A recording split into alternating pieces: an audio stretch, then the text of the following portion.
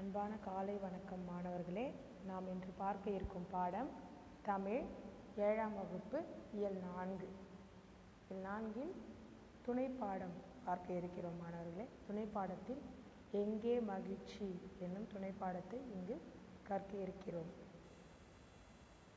மனிதனாக பிறந்த ஒவ்வொருவனுக்கும் மிகவும் அவசியமான ஒன்று மகிழ்ச்சி. மகிழ்ச்சியாக வாழ்ந்தாலே அவன் ஆரோக்கியமான வாழ்க்கை வாழ்கிறான் என்பது அர்த்தமானவர்களே. ஸோ நம்ம எங்கே மகிழ்ச்சி எங்கே கிடைக்குது அப்படின்ற மாதிரியான ஒரு துணை பாடத்தை தான் நம்ம இங்கே பார்க்க போகிறோம். சரிங்களா? வாங்க பாடத்துக்கு போகலாம். கோபாலன் பெரிய பணக்காரன். அவனிடம் எல்லாம் இருந்தன. ஆனால் அவன் எப்போதும் கவலையாகவே இருப்பான். ஏதும் அவனுக்கு பிடிப்பதில்லை.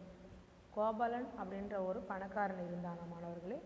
அவன் எப்போதுமே அவன்கிட்ட எல்லாமே இருக்குது, ஆனாலும் கூட எப்போதுமே கவலையாகவே இருப்பான். அவனுக்கு எதுவுமே பிடிக்காதான். ஏன்? கோபாலனின் உடன் பிறந்தவர்கள் நண்பர்களும் வெளியில் உலவச் செல்வார்கள். சில சமயங்களில் வேடிக்கை நிகழ்ச்சிகளை பார்க்கவும் போவார்கள். ஆனால் கோபாலன் அவர்களுடன் செல்ல மாட்டான். அவங்களுடைய கூட பிறந்தவங்க நண்பர்கள் எல்லாருமே வெளியில் போவாங்க. அப்புறம் இந்த சினிமா கூத்து இதெல்லாம் பார்ப்பதற்காக வெளியில் போயிட்டு வருவாங்க. ஆனால் அப்போது கூட கோபாலன் எங்குமே போக மாட்டான்.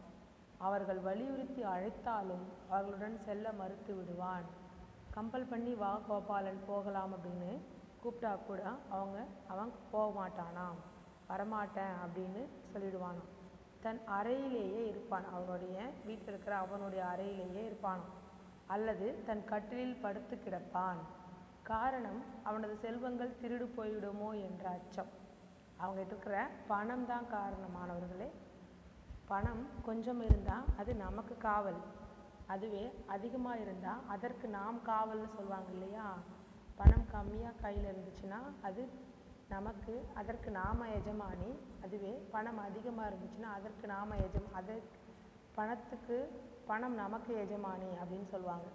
அந்த மாதிரி தான் கோபாலனுடைய நிலைமையும். எங்கே நம்ம வெளியில் எங்கன்னா போயிட்டோன்னா நம்மளுடைய பணம் திருடு போயிடுமோ அப்படின்ற ஒரு அச்சம், பயத்திலேயே அவன் எங்கேயும் போகிறதில்லை, மகிழ்ச்சியாக இருக்கிறதில்லை. வீட்டுக்குள்ளாரையே பூந்து கிடக்கிறான் மாணவர்களே. ஒரு நாள் அவன் மாளிகைக்கு நீண்ட வெள்ளை தாடி கொண்ட முதியவர் ஒருவர் வந்தார். அவங்க வீட்டுக்கு வரார். கோபாலனை பற்றி அவன் உடன் பிறந்தவர்கள் அவரிடம் சொன்னார்கள். அவன் மகிழ்ச்சியாக எல்லோரிடமும் கலந்து ஒரு வகை கூறுமாறு கேட்டார்கள். கோபாலனுடைய நிலைமையை சொல்லி, இது மாதிரி எங்கும் போகிறது கிடையாது, சிரித்து பேசுறது கிடையாது, வெளியில் வர்றது கிடையாது, அவன் கொஞ்சம் மகிழ்ச்சியாக இருப்பதற்கு ஏதாவது ஒரு வழி செஞ்சுட்டு போங்க அப்படின்னு அந்த முதியவர்கிட்ட அவனுடைய உடன் பிறந்தவர்கள் நண்பர்கள் கேட்குறாங்க மாணவர்களே. முதியவர் கோபாலனிடம் சென்றார். தம்பி, நீ மகிழ்ச்சியாக இருக்க விரும்புகிறாயா என்று கேட்டார். அவனுடைய அறைக்கு போகிறாரு அந்த முதியவர். போயிட்டு கோபாலன்கிட்ட போய் கேட்குறாரு, உனக்கு மகிழ்ச்சியாக இருக்கணும், ஆனந்தமாக இருக்கணும்னு ஆசைப்படுறியா? ஆமாம் ஆமாம், அதுவும் வேகமாக வருது வாயிலேருந்து வார்த்தை. ஏன்னா அந்த அளவுக்கு அவன் வெறுத்து போயிருக்கிறான். இருந்தாலும் கூட போகிறதுக்கு பயமாக இருக்குது. ஆமாம் ஆமாம் என்றான் கோபாலன். எனக்கு ஒரு நல்ல வழி தெரியும் என்றார் பெரியவர். நீ மகிழ்ச்சியாக இருப்பதற்கு நான் ஒரு வழி சொல்கிறேன் அப்படின்னு சொல்கிறார். அப்படியா? விரைவில் சொல்லுங்கள், நான் என்ன செய்ய வேண்டும்? கோபாலன் ஆர்வமாக கேட்டான். நீங்கள் ஒரு வழி சொல்கிறீங்களா நான் மகிழ்ச்சியாக இருக்கிறதுக்கு? என்ன வழி? சீக்கிரமாக சொல்லுங்க அப்படின்னு. அது மிக எளிதான வழி தான், ரொம்ப சிம்பிளான வழி தான், ஈஸியான வழி தான். மகிழ்ச்சியான ஒருவரை தேடு, அவரது சட்டையை போட்டுக்கொண்டு ஒரு நாள் இரவு உறங்கினால் போதும், உனக்கு மகிழ்ச்சி வரும் என்றார் பெரியவர். ரொம்ப நீ பணம் கொடுத்துலாம் வாங்க வேண்டியது கிடையாது. மகிழ்ச்சியாக இருக்கிறவங்க ஒருத்தவங்களை நீ தேடி கண்டுபிடி, அவங்கக்கிட்ட இருக்கிற சட்டையை வாங்கி நீ போட்டுக்கிட்டு ஒரு நாள் பொழுது இருந்தேன்னா உனக்கு உன்னுடைய துன்பங்கள்லாம் பறந்துடும், நீயும் மகிழ்ச்சியாக இருப்ப அப்படின்னு. உடனே கோபாலன் அவரை வணங்கி நன்றி கூறினான்.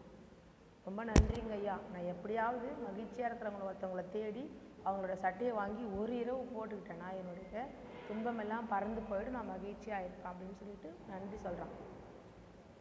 இப்போ வீட்டை விட்டு கிளம்புறான் கோபாலன். மகிழ்ச்சியான மனிதரை தேடி கிளம்பினான் கோபாலன். பல பெரிய நகரங்களுக்கு சென்று பணக்காரர் சிலரின் சட்டைகளை எல்லாம் போட்டு பார்த்தான். பெரிய பெரிய நகரங்களுக்கெலாம் போகிறான், டவுனுக்கெலாம் போகிறான், பணக்காரங்களுடைய சட்டையெல்லாம் வாங்கி போட்டு பார்க்குறான். அவனுக்கு மகிழ்ச்சி கொஞ்சமும் வரவே இல்லை. எப்போதும் போல கவலையாகவே இருந்தான்.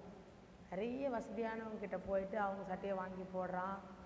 அப்படின்னும் என்ன ஆச்சு, அவனுடைய கொஞ்சம் கூட அவனுக்கு மகிழ்ச்சி வரலை, கவலையும் குறையலை. அப்போ கவலையாகவே இருக்கிறான். கலைஞர்கள், போர் வீரர்கள், அமைச்சர்கள். கலைஞர்கள்னால் யார்? நாடகம் கூத்து நடிக்கிறவங்க. அப்புறம் போர் வீரர்கள், அமைச்சர்கள், இவங்களுடைய சட்டையெல்லாம் போட்டு பார்க்குறான். எந்த பயனும் இல்லை. மீண்டும் மகிழ்ச்சியானவர்களை தேடி சென்றான் கோபாலன். ஒரு தொழில் செய்கிறவங்ககிட்டையும் போயிட்டு அவங்களுடைய சட்டையெல்லாம் வாங்கி போட்டு பார்க்குறான். அப்போதும் கூட அவனுக்கு மகிழ்ச்சி வரலை. சென்ற வழியில் ஒரு உழவனை கண்டான்.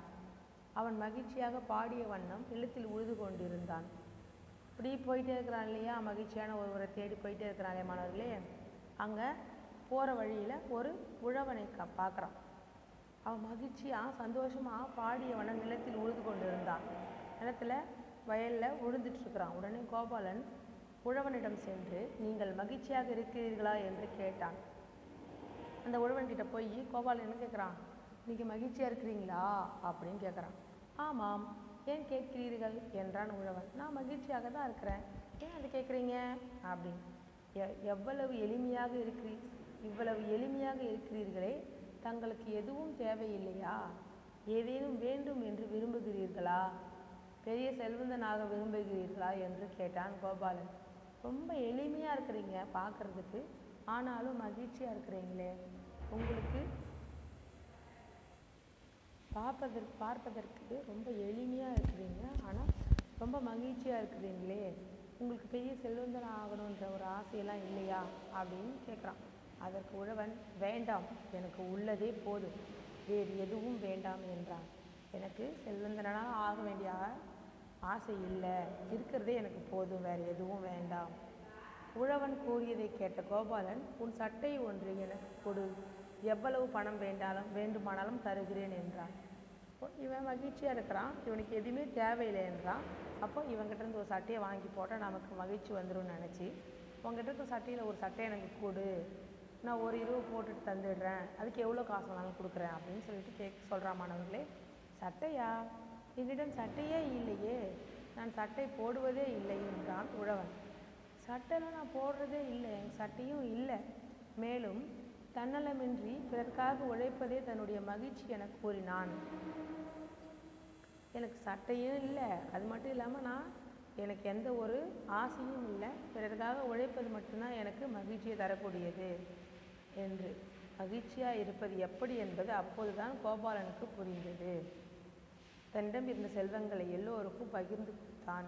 அவர்களின் மகிழ்ச்சியை கண்டு தானும் மகிழ்ந்தான். மாணவர்களே, இந்த உழவர்கிட்ட எதுவுமே இல்லை, ஆனாலும் கூட அவர் மகிழ்ச்சியாக இருக்கிறாருன்னா அவருக்கு இதன் மீது விருப்பம் இல்லை. அடுத்தவங்களுக்காக உழைக்கிறத மட்டுமே அவர் மகிழ்ச்சியாக நினைக்கிறார்.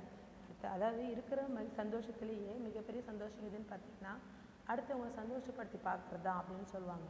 இப்போ இவர் உழைப்பதன் மூலயமா அடுத்தவர்களை சந்தோஷப்படுத்தி பார்க்கறதுனால இவர் சந்தோஷமாக இருக்கிறாரு. நாமும் இவ்வாறு அடுத்தவர்களை மகிழ்ச்சியாக இருக்க செய்து மகிழ்ச்சி அடைவோம்.